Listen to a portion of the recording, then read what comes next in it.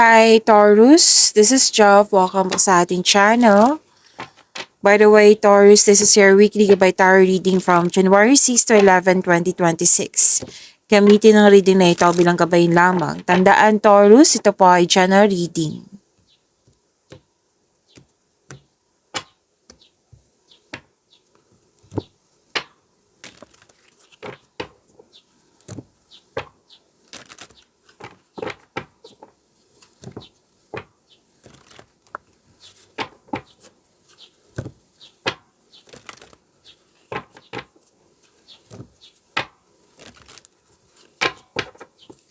Para po ito sa iyo, Taurus, ngayong January 6 to 11, 2026.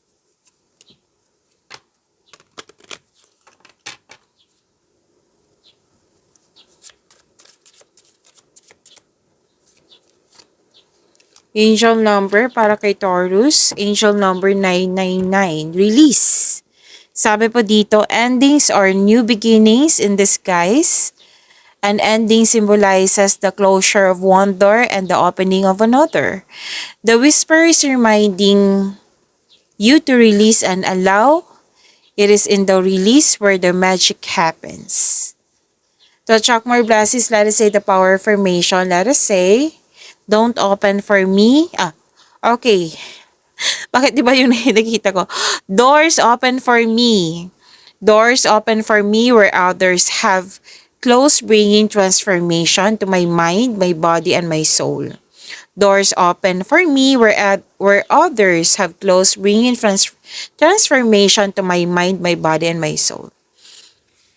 So this is releasing of negativity, negative thoughts, baggages, yung hindi na makontrol.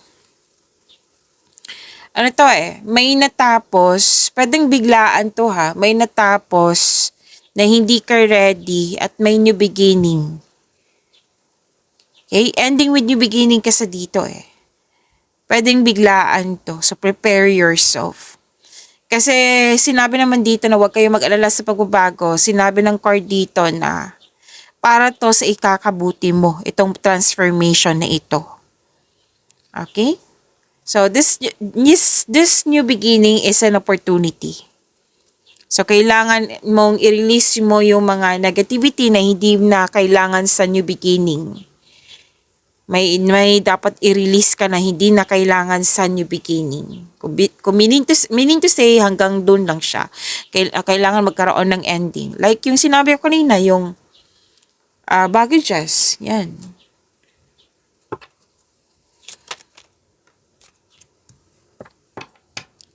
Maraming salamat po sa inyong patuloy na suporta, sa mga nag-donate, sa mga hindi nag-skip ng ads.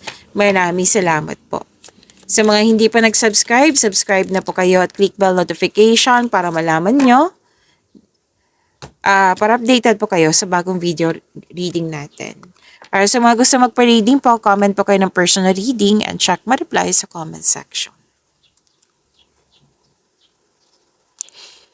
Okay, may malaking influence ng isang babae po.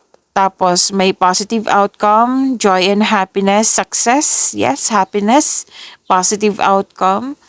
At may kausap ka dito, elders, wiser, mentor, parents, nagbigay ng support sa iyo na nang siyang dahilan na motivate ka.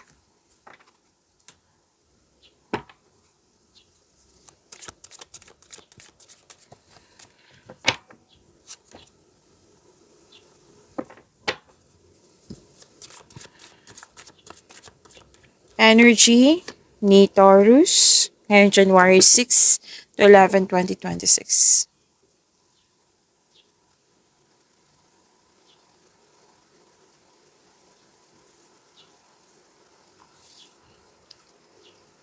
Para sa mga bago dito, kung may napansin kayo na repeating message, yan po yung pinupush ng card sa inyo. Like for example, nanood kayo sa isang video reading nyo, sa monthly, weekly, daily, sa 2026 reading, marami pang iba, at may napansin kayo na repeating message, yan po yung pinupush ng card sa inyo na kailangan yung bigyan ng atensyon, solusyon, at aksyon kung maaari po. So na yung energy ni Taurus. Emotional stability, empathy, Nagsiset ng boundaries, guarded. Magaling ka sa mga ginagawa mo, magaling ka na leader, stable ka sa napili mong career, financial stability din.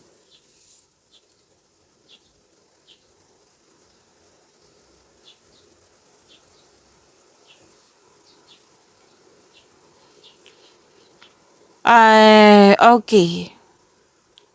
Advice to eh. Tamang pag-manage ukol sa financial at budget para mas lumago ang iyong kaperahan.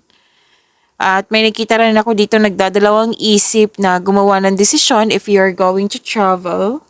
Enough bang money? So nagbabalanse ka dito. Pero din tong kailangan ng pagbalanse sa schedule. Magkaroon ng sapat na time for yourself, to your partner, to your family. Balanse, nagkaroon ng pagkakaisa.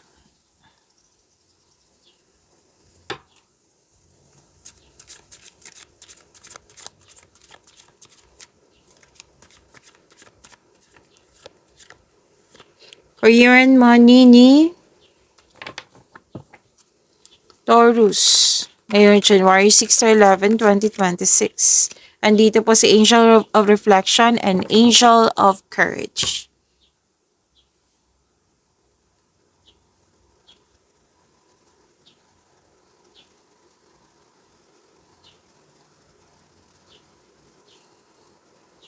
Feel free yourself para makapag-isip ng maayos.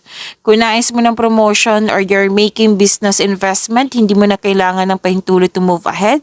Kailangan mo magtiwala sa inyong sarili. Nakikita ko rin dito na mas gusto mo magtrabaho mag-isa rather than in collaboration. May nakita rin ako dito gusto mo mag-spend time, yung magkaroon ng time sa inyong sarili. Pwede din naghahanap ka ng sagot sa inyong mga katanungan, solusyon sa inyong problema. At sinabi naman ng card nyo dito na nasa iyo na. Nasa iyo na yung sagot, nasa iyo na yung solusyon.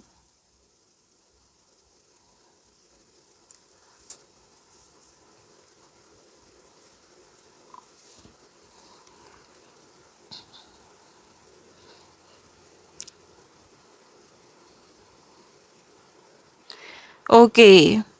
You have confidence and persistence in your career. You're eager to achieve a successful outcome sa mga ginagawa mo. Don't give up, don't doubt your strength. Kasi nakita ko dito yung challenge dito sa work mo. Na hinarap mo siya, nag-move forward ka with courage. Okay, so this is resilience, this is inner power. To attract more blessings, let us say the power affirmation. Let us say, I create space to learn more about myself and my spiritual path. I create space to learn more about myself and my spiritual path. Angel of courage. Let us say, I trust in my ability to stay strong. I trust in my ability to stay strong. Kung sa Tagalog pa ito, kasi may nag-request po. Angel of reflection. Lumilikha ako ng puwang upang matuto ng higit patungkol sa aking sarili at sa aking spiritual na landas. Angel of courage. Nagtitiwala ako sa aking kakayahan at manatiling matatag.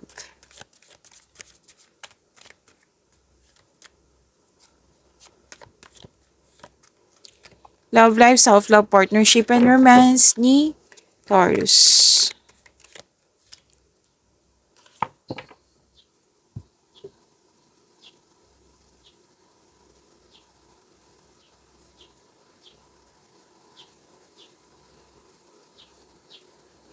Okay, may na-miss kayo, Taurus.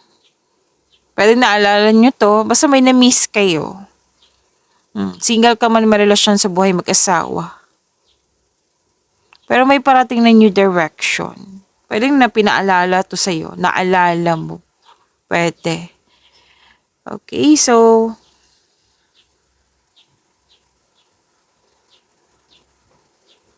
sa mga may relasyon, malaga kayo sa inyong partner, maasahan din kayo sa isa't isa.